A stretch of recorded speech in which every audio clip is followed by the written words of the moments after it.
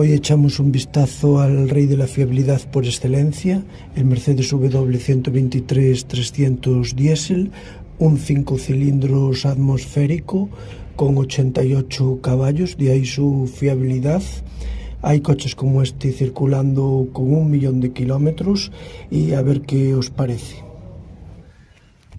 Y esta unidad tenía ventanillas electrónicas atrás.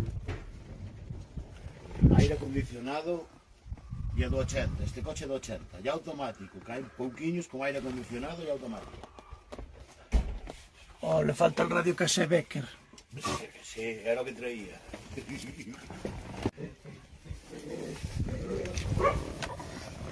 Qué cómodo, como amortigua el asiento. Mirad amigos, el rey de la fiabilidad por excelencia. 263.000 kilómetros. Hay unidades como este coche con 1 millón de kilómetros.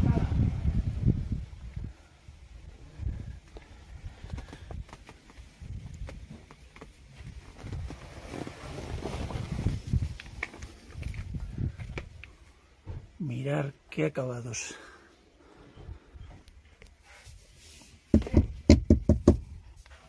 Todo piel.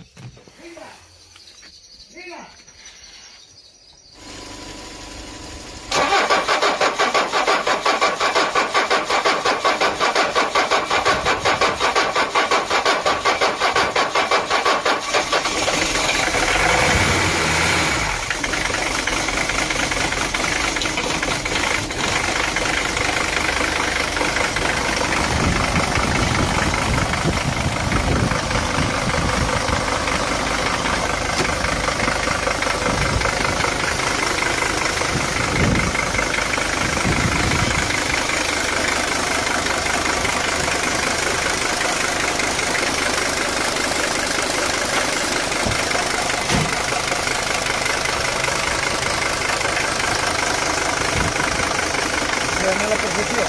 Sí, igual tenemos un calentador de fuego, ¿eh? Puede ser, ¿eh? Bueno, si no mucho, mejor al tender. Luego voy a meter a ventillo con calentador, a mí funciona, a mí está encendido. El sonido...